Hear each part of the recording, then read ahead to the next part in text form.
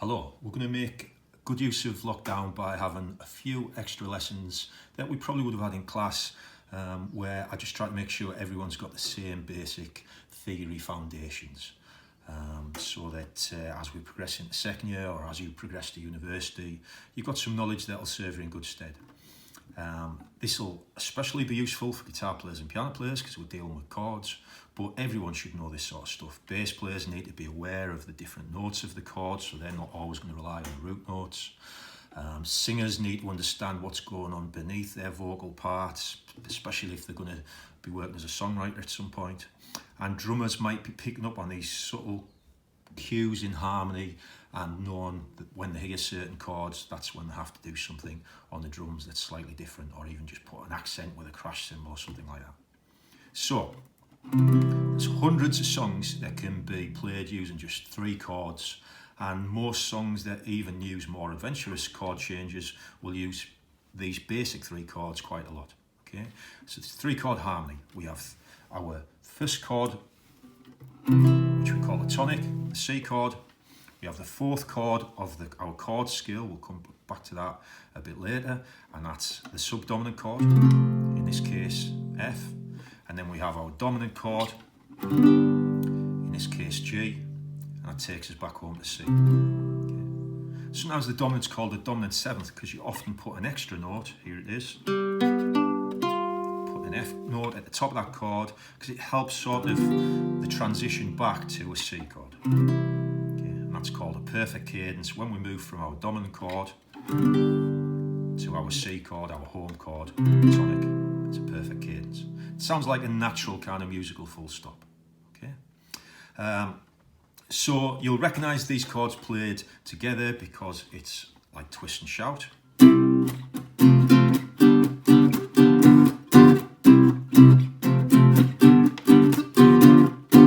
Notice on the second bar of the G7th there, or the second couple of beats, I'm putting the 7th chord on, and that does act a bit like a signal that we're going to change just after it. Listen out for it.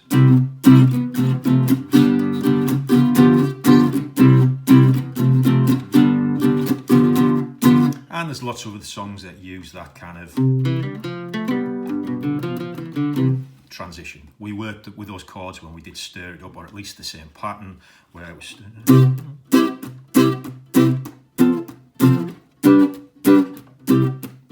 So we're familiar with that pattern anyway. How it often works in practice though is if you're on the tonic chord, in this case a C, okay, when we move to our subdominant, it feels like the harmony lifts up. It's partly because that G note moves up to an A note and the E note moves up to an F, so there's this upward movement. Feels like we fall back down when we go to the C. Regardless of what inversions we play and things, our ears pick up that. Actually, most of the time when we move from a C to a dominant chord, it feels like a downward movement. Not in the case I play the second go, because we're moving from the F to the G, and that does feel like we go up. But if I play in this example here, we've got a C chord, we go up to an F, back to a C, and then to a G.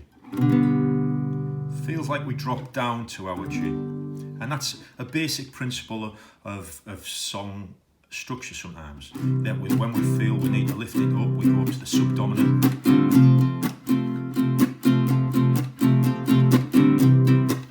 When we feel we want to resolve it, we drop down to the dominant chord. And it feels like a downward movement, again, because the E note is dropping down to the D note, the G is dropping down to an F if it's a 7th, and the C is dropping down to a B. So, and you get that natural kind of transition. So, moving on. Each of those chords has a relative, a close relative that shares some of the same harmonic DNA as the major chord. They were all major chords that we dealt with a minute ago. Okay, so basically if I play a C chord, and then I play an A minor, 2 of the notes in common there, the C and the E is in both chords, so they're called relative minors. The movement between them can be just one finger on a piano or on a guitar, and it feels again like a downward sort of movement. And each of the other chords in our 3-chord harmony we had a minute ago also has a relative. We go to the F, to D minor. And again, it feels like a movement down, and on our G to E minor. So now we've got this like extended family of chords that are always going to be in tune with each other. They're all using just the major scale. Diatonic is the term for this. We're basically just moving between these chords. Not even thinking about what I'm doing here. I've gone to D minor. Sounds quite nice. I'll go to E minor. I'll go to A minor. F. G. And again, that seventh is letting us know we're going to go back to the C. So it doesn't really matter which combination you use these. They're always going to sound harmonious, and they're always going to kind of fit together in a way that creates kind of harmony beneath what we're singing. You could, in theory, spend all the verse on the relative minors. A minor, E minor, D minor, maybe it's just a G to finish. Chorus, we're in the major key. Okay, so you can use these minor chords to add subtle colour to what's going on beneath the melody. This gives us, if we look at it this way, a diatonic harmonic scale. Go C, D minor, E minor, F, G, A minor.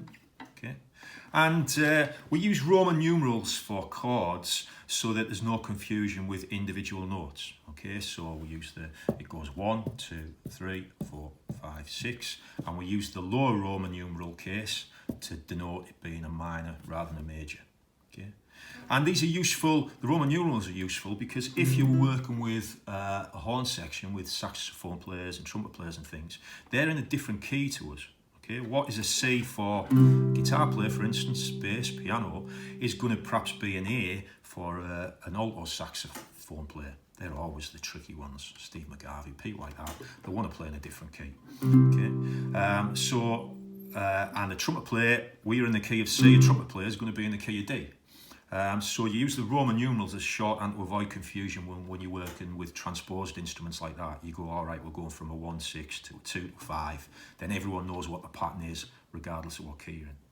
Now, even this scale, as it's written there, kind of helps provide some structures that we can have in chords. Sometimes we have an upward movement in chords, even if the melody stays on one note or goes down or something. So you'll hear songs that perhaps move up the scale like this. Bob Dylan's Like a Rolling Stone is a great example because it goes up literally those first 4 chords.